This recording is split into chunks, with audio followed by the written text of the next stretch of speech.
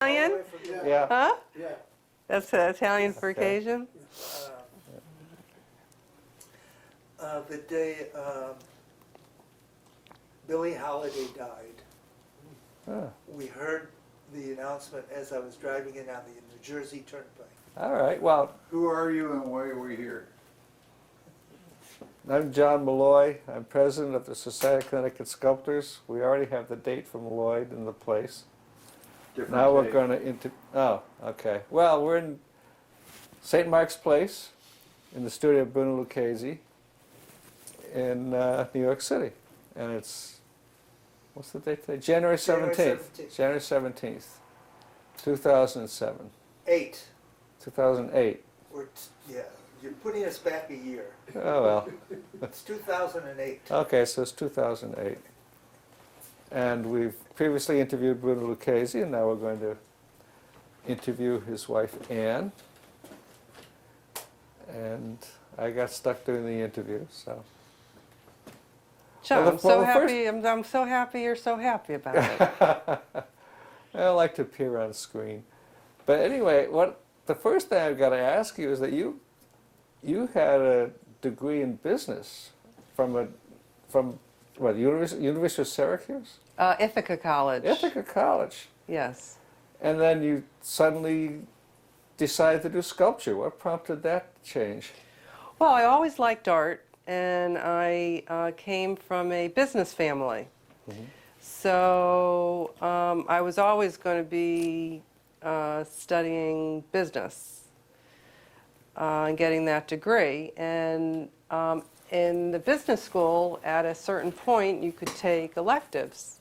So whenever I had the chance of choosing my classes, I chose art classes. And so I got my business degree and I came back to Hartford. And I was serious about art and that I wanted to continue taking classes, so I figured I might as well get credit for the classes, go to University of Hartford because they had a nice art school, and get the degree. And I figured I might as well get the second degree, and who knows if I would need it or use it, but since I was serious about art, I figured that made the most sense. So I applied to the University of Hartford Art School. So now I'm coming from the business school, and now I got to put together an art portfolio to be accepted. And I did. I put a portfolio together, and I remember going to the school and showing it, and I got accepted. And what was great was they took 2 years of my classes, and all I had to do was take 2 years of art classes, which was perfect.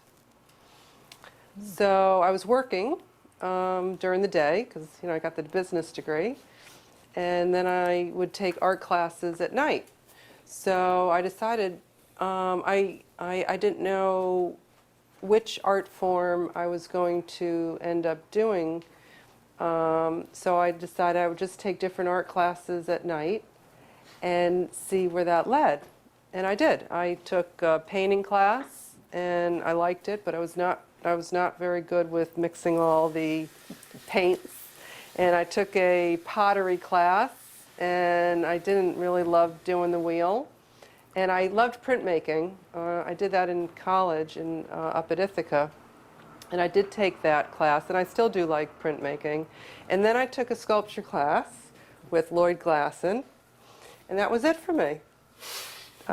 All the other mediums didn't do anything. Yes, I'm blessed to have Lloyd here, and I studied with Lloyd for 7 years after that. And it was every week, maybe even twice a week. I took Lloyd's class. It was always in the same studio, and Lloyd had his clay bin that he used to clay over and over. And I took different classes. He taught me how to make an eye and how to make a nose, in the portrait class, or we would do a full figure. And probably the part that I liked the least, and still do, is at the end of the semester, Lloyd would show us how to make a mold, which is a whole nother technical thing. And messy. It was pretty messy. Yeah. So anyhow, he taught us how to make a waste mold, which is handy to have for sure. But I prefer having the foundry do that work. I like working on the clay, and I let the other people do those kind of technical things. And then what made you decide to go to Italy? You, Well, what happened with that is I've always traveled my whole life. I've been fortunate with my family. And Lloyd knew that. And I was always up for traveling or doing something. And I had my own business. I was running my own business and then still taking Lloyd's classes at night. And Lloyd said, Ann, listen, you got to go. This summer to Pietrasanta, there's I think it must have been like a 6-week class, 5 or 6 week class. And I could go, and I could even get credit for it through the Saatchi, this Florence school. I says, great, I'm in. And so I signed up for that. And prior to that, Lloyd arranged a special workshop at the University of Hartford, which 1 week or 5 days was going to be Jack Beale for drawing, right? It was drawing. And then the second week was going to be Rosow-Lucchesi. So Lloyd said, you know, when Bruno comes, you really should get to know him because he lives in Pietrasanta. And that way, when you go, you'll also, know somebody there. So I says, great. So was it before the workshop? What you said to me? I don't remember. My memory is Not fading. sure. Okay. So anyhow, Bruno go through the Jack Beale. And this is in, let's say, June or so, maybe, somewhere around that. Jack Beale's workshop came, and then Bruno came. And here, this nice guy comes to Hartford, and he's, showing us how to do sculpture. And so I remember that night, Bruno was free, and I said, why don't I take you around the metropolis of Hartford, Connecticut, and I'll show him the Wadsworth Atheneum and the Mark Twain House and, some of the famous spots in Hartford. And that's how my relationship started with Bruno. And then the workshop ended, and then Italy was coming up soon after, because Bruno left right after the workshop to go to Italy for the summer. And then I went over to Pietrasanta and got to know Bruno, and my school ended at University of Hartford, and my relationship was happening with Bruno, and sculpture continued. oh. Well, That's a nice story. yeah. And well, I think that Ellen Bennett told me that she saw drapes in the window of Bruno's house, so he knew some woman was taking care of him, because before that he didn't have drapes in his windows. Well, the other thing, other story is that Bruno happens to be, if you think Rosow-Lucchesi is a wonderful sculptor, you should taste his food, because Bruno is a fabulous cook. And he learned, I don't know if it was out of necessity or because he grew up in the mountains of Lucca, where really the Tuscan food is very basic and tasty. But Bruno just, I guess because he likes to eat good food, he just knows how to cook like he knows how to sculpt. So when I went to Italy, or before I went to Pietrasanta for the first time, he said, listen, call me when you come, and you can come over for spaghetti dinner. And I remember going to Pietrasanta and dropping off my bags in the apartment, and then going into the piazza, and there was a tabacceria, a tobacco store that had a telephone in it. The tabacceria is still there, but not the telephone. And calling him up, and he says, listen, why don't you find, about coming over for the spaghetti dinner, but, why don't you come see me at the foundry? And I think maybe I went to Dominic Ranieri first. That may have been the first foundry that I'd been at, but not in Italy. So I remember making my way to the Fonderia del Chiaro in Pietrasanta and seeing Bruno in the wax room, which, by the way, Bruno loves doing wax. It's one of his. Do you like it better than even doing clay? Equal? Yeah. So it's just fascinating to go to this, it's really a very nice foundry and fairly large. But watching, I had only seen really clay. Seeing Bruno working wax, is a whole nother medium.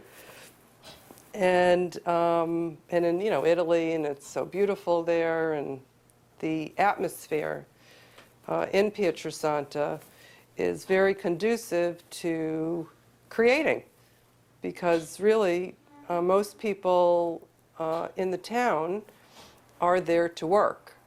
So people are serious about working and doing their work. So it's a nice atmosphere to be in, to work. Well, you had a show just a few months ago called Mr. and Mrs. Yes, yep. I started off doing started off showing my work in group shows, which I still do. And then I've done some solo shows.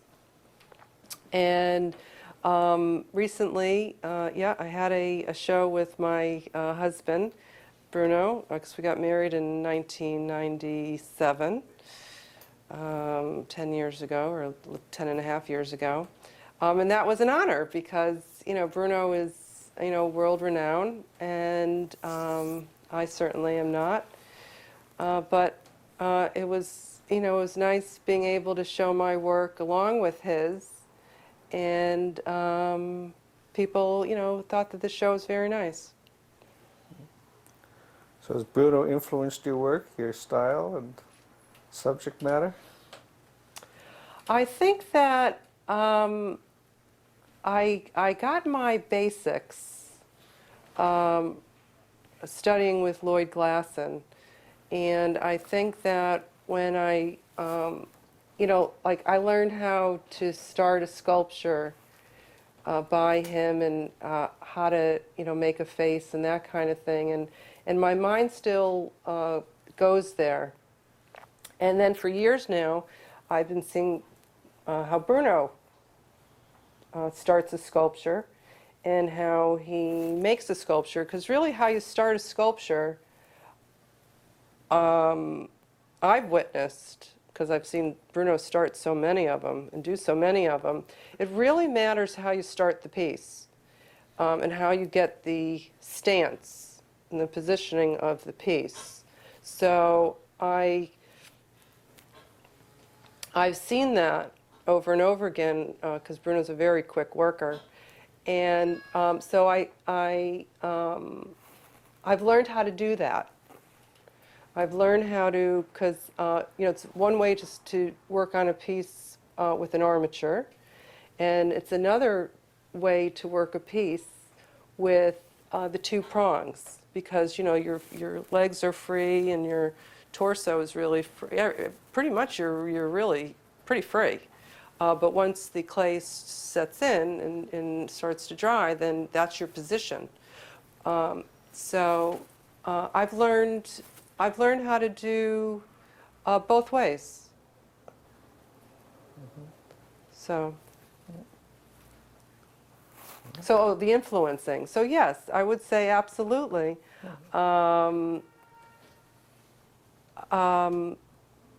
Bruno's work has influenced me. I hope that it has influenced me. I don't think that they're really, for realistic, figurative artist today, especially who's alive, I don't think there's someone who is better than how Bruno does his figures and his hands and his hair and the drapery. I mean, it's really magic seeing it live when he does it, because it's just, he's worked so hard, yet, sometimes I think that, Mozart is a gift from God. I think Bruno has been for sculpture. I mean, he's made, certain tools and whatnot, but watching him, if someone watches him, like I say this to people who come to his classes, watch Bruno work. You come to this class, don't be working on your own piece when Bruno's working, because you should be watching what he's doing. Because very quickly, it could be within 3 seconds, 5 minutes, the whole piece can be done. So it's just, and you can learn a lot from watching Bruno, and I think that I have. I think in sculpture, a person's soul comes out. You can really feel the person. If it's like, here's a sculpture here, it's very soft. But, there could be another sculpture here by a different artist, and they could be trying to do the same thing, but you're not going to get the same soft feeling. So I think, if you look at my work has a feeling to it, whatever that is. It's not what Bruno's is. And I think that's the beauty, if you're serious about your work, to try and find your style, your voice, per se. Is that right? That's great. I think That's that's right. great. You got to find who you are and what you do. Right. Yeah. Well, I remember when I was at the new school, I saw Bruno sculpt with a nail. He just found the nail lying around the studio, and this woman had been working on this piece and couldn't get anything done and couldn't get it done, and Bruno just picked up a nail and a few quick gestures, and there was the piece. The life came right out. You know what? That's a very good point. When I was studying with Lloyd Glasson, I remember in his classes, which I still treasure the tools, he had us make these these kind of wood tools, and it had a certain shape to it that you could use both ends of it and whacking and whatnot, which I still have with me. And he also had this wire tool with on one end, and then it had a wood at the other end with another shape. And that's how I started off learning sculpture, with those tools. And then when I got to know Bruno and watched Bruno, I learned that tools are great, and they help, and they do some things that the hands can't do. But I learned that it really doesn't matter what you use. Okay, you don't need anything, or you could use a broom, or you could use, you mentioned a nail. Bruno, I've seen him, and he can just work with pliers. So tools, because I've seen in my workshops, as well as Bruno's workshops, some students will come in and they'll come with box loads of tools. Okay, and if you see how I come into a workshop, okay, I may bring 10 tools now. Or if you see Bruno at his workshop, he's going to have around 10 tools. You don't need masses of things to sculpt with. You have your favorites, and there's like beautiful, wonderful finger tool, or some curved tools, or some wire tools, or certain wood tools, but you can achieve something in sculpture with using your hands, or just a very few special tools. Well, you have to tell us about the course you're going to teach. Oh yes, I've been teaching. You're going to have to get that, or just pick it up. Yeah, so I teach, I've taught a few times to adults, and I've taught little children from kindergarten all the way to age 13. And it's just been an absolute pleasure. It's fun to watch people sculpt and learn. So it takes satisfaction in seeing these little kids suddenly discover sculpture? I thought the kids were fascinating, and I saw a huge difference between let's say a 6-year-old, I guess it would be around 6, 7 in kindergarten, and the 13-year-olds. And I saw how free the 6-year-olds were. And by age 13, how inhibited the kids were on being loose to let themselves go. It was very interesting to see the difference in just those few years in young children.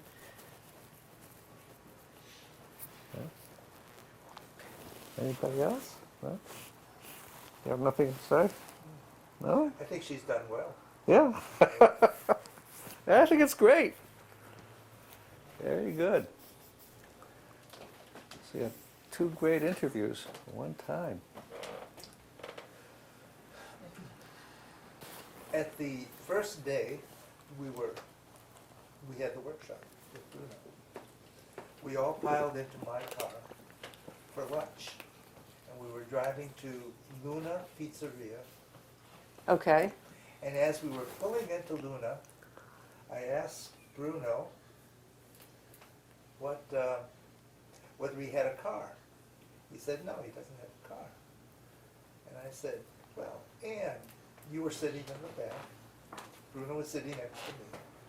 I said, Ann, wouldn't it be nice of you to show Bruno around our fair city? Oh, that's how it happened?